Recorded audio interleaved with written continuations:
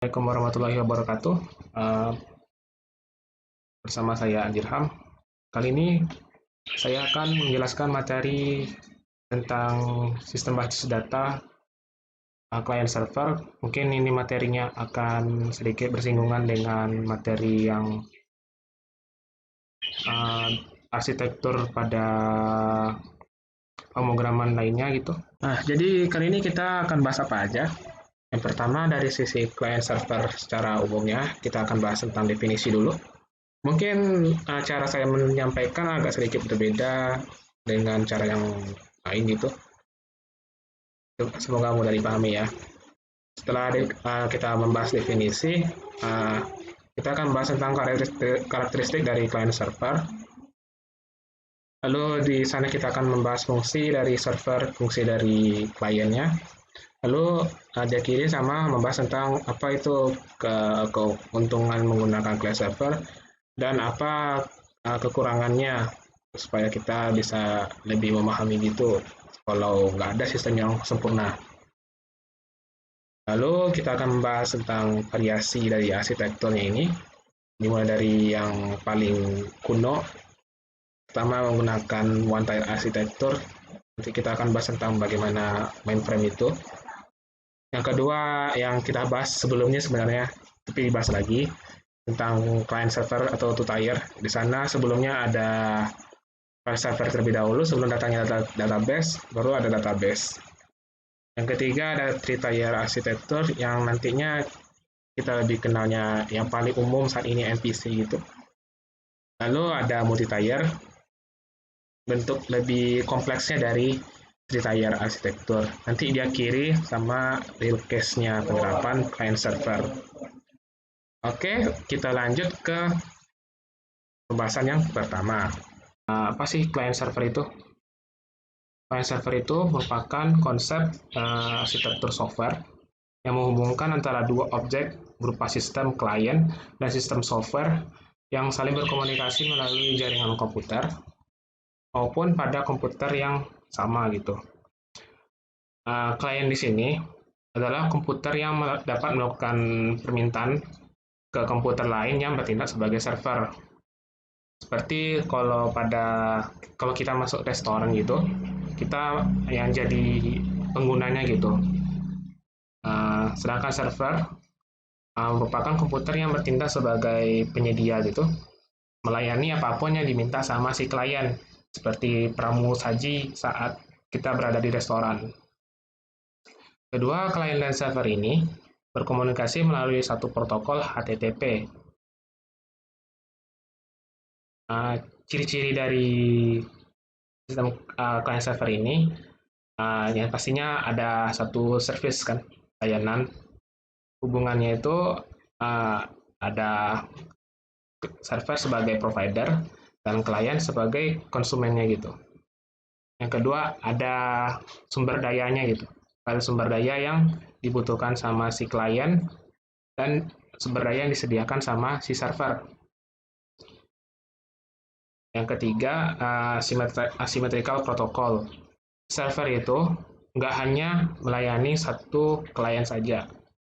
Server dapat dilayani oleh semua klien yang membutuhkan data dari server. Yang keempat, transparent location. Artinya, server tersebut harus dapat ditandai dan dikenali lokasinya melalui sebuah nomor IP istilahnya oleh si klien. Kalau tidak, ya server tidak ditemukan. Nggak ada terjadi pertukaran data atau komunikasinya.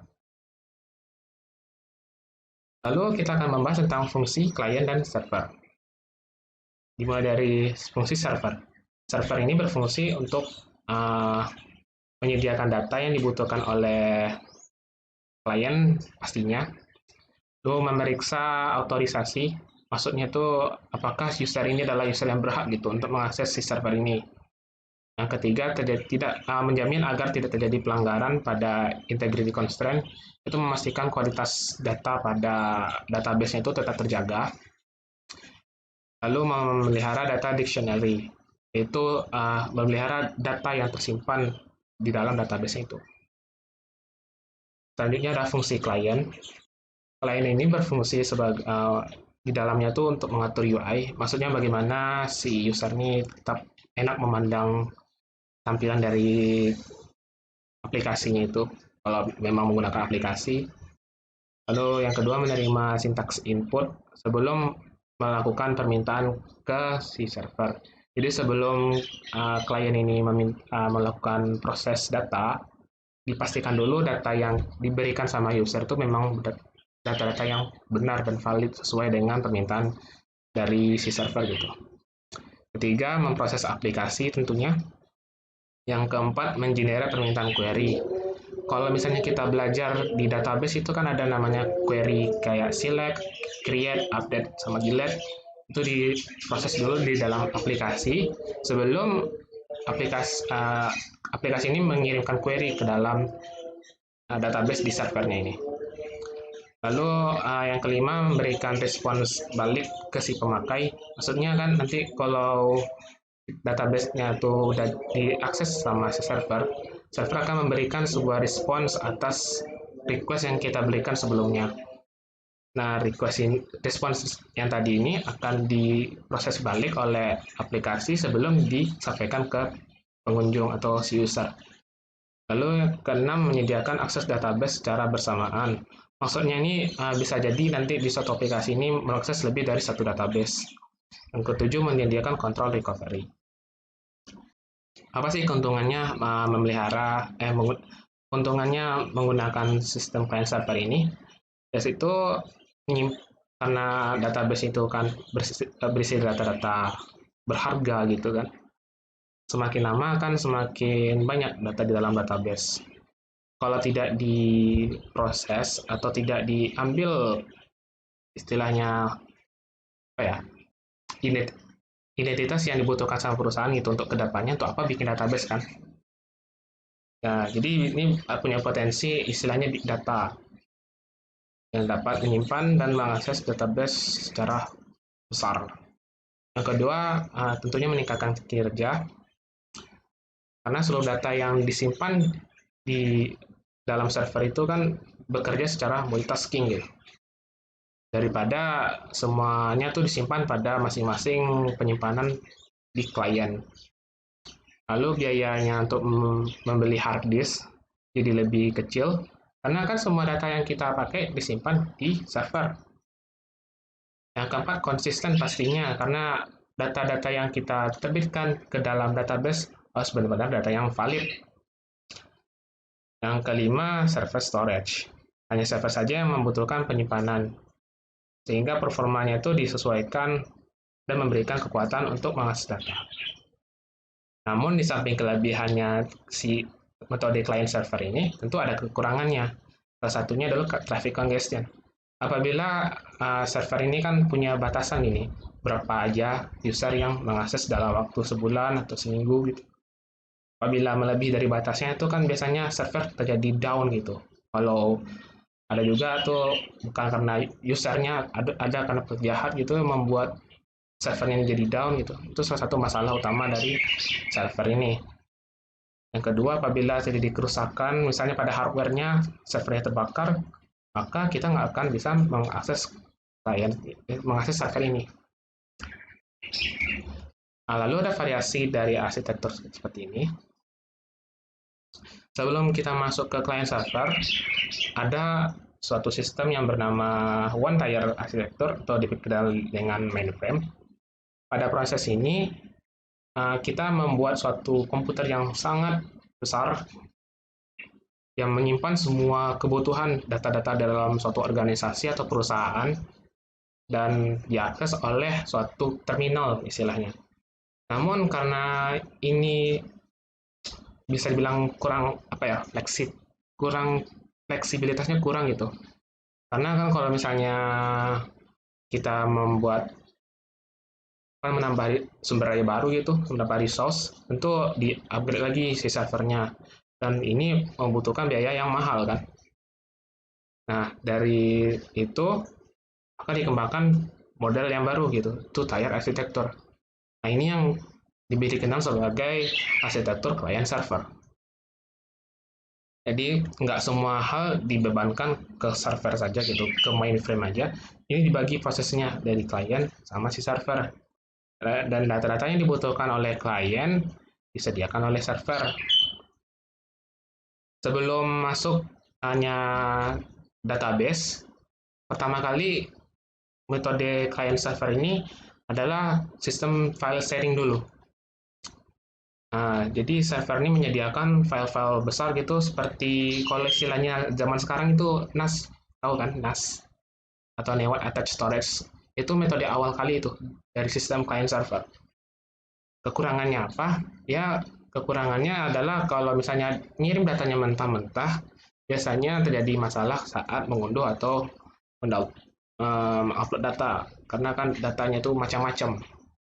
Nah, setelah dikembangkannya suatu database, jadi pemrosesan data-datanya semakin lebih ringkas, karena yang kita kirim tidak lagi berupa file, tapi berupa query yang di generate gitu sedemikian rupa sehingga prosesnya jadi lebih cepat. Nah, yang client server yang kita kenal sekarang itu banyak kan yang menggunakan database ini, database server. Lanjut, tentu ada kekurangannya dari sistem yang two-tier architecture ini, yaitu database yang kita akses itu kan secara tanda kutip telanjang ya. Jadi semua orang bisa saja mengakses isi database itu karena jadi kemungkinan keamanan itu sangat kecil gitu. Sehingga mudah datanya ini bocor. Nah, dikembangkanlah three-tier architecture, yaitu konsep arsitektur yang membagi antara klien dan server ini yang membuat si klien nggak bisa mengakses database secara langsung, dipisahkan oleh 3 layer gitu. Ada layer presentasi, presentation layer yang hanya user saja yang mengakses data ini, data yang terlihat sama si user. Yang kedua, business logic, itu dikenal juga sebagai application tier, yang memproses permintaan dari si klien untuk diubah ke bentuk yang dapat dikenali sama database. Ini juga bisa dikenal sebagai jembatannya antara si user dengan database. Lalu ada logic database, data tier gitu, data tier, yaitu yang membaca hasil query-nya gitu untuk dia proses ke database dan memberikan respon balik. Nah, respon tadi itu kembali ke application, lalu disampaikan kembali ke si user. Nah, dari itu kelebihannya tuh tentu ada banyak kan, lebih aman yang paling utama, karena user nggak bisa langsung mengakses database-nya. Lalu, dari segi pemakaian, dari segi performanya, dengan metode three-tier architecture ini jadi lebih optimal gitu, lebih efisien, karena nggak terlalu berat kerjaan si database gitu. Udah di handle sama si business logic layarnya. Lalu yang terakhir ada metode arsitektur multi-tier. Ini bisa dikatakan mirip dengan three-tier arsitektur. Kadang saya juga melihat di beberapa situs gitu ada yang mirip gitu banget, nggak bisa dipisahkan. Tapi kalau dilihat lagi antara multi-tier sama three-tier itu perbedaannya pada multi-tier semua sistem bisa berjalan secara paralel. Maksudnya ya misalnya ada presentation layer berdiri sendiri, logic layer bersendiri-sendiri, dan database layer berdiri sendiri. Jadi terpisah-pisah gitu sistemnya. Itu yang membedakannya dengan three-tier arsitektur. Oke, sekarang kita lanjut membahas tentang implementasi arsitektur. Pernah nggak teman-teman pergi ke suatu minimarket atau toko gitu yang punya mesin kasir seperti ini? Kalau kita sadari ini orang-orang di dalam manajemen manajemen tokonya ini sudah menerapkan konsep arsitektur client server. Dari mana dilihatnya? Yang kita lihat saat ini, mesin kasir ini merupakan klien yang mengakses data dari server, yang servernya ini kita tidak tahu di mana letaknya di suatu toko itu. Nah, server-server di dalam toko ini menerima permintaan dari klien, maksudnya mesin kasir ini bisa berupa catatan transaksi, data harga barang, data stoknya gitu, untuk mempercepat proses perniagaan di dalam toko tersebut. Dari semua materi yang sudah saya coba jelaskan tadi, udah dapat poin-poinnya. Itu di awal ya, client server itu sistem yang paling banyak digunakan gitu sejak terciptanya suatu internet. Client itu tadi meminta data atau request ke server, dan servernya itu menyediakan dan memberikan data berupa respons ke klien. Ada banyak model arsitektur pada client server ini. Ada one tile arc yang berupa mainframe yang diakses oleh beberapa terminal. Karena kekurangan dari one arc ini muncullah two tier arc, yang sebenarnya ini juga disebut konsep client server. Dalam two tier arc itu kan udah ada namanya file server arsitektur sama database arsitektur yang paling populer sampai sekarang. Lalu dari segi keamanannya yang kurang dari tier arsitektur, maka muncullah tier arsitektur yang ditambahkannya modelnya itu menjadi beberapa layer gitu. Karena kompleksitas dari suatu kebutuhan suatu organisasi gitu, maka dibentuklah multi-tier arsitektur yang dapat menerapkan model-model yang lebih kompleks lagi.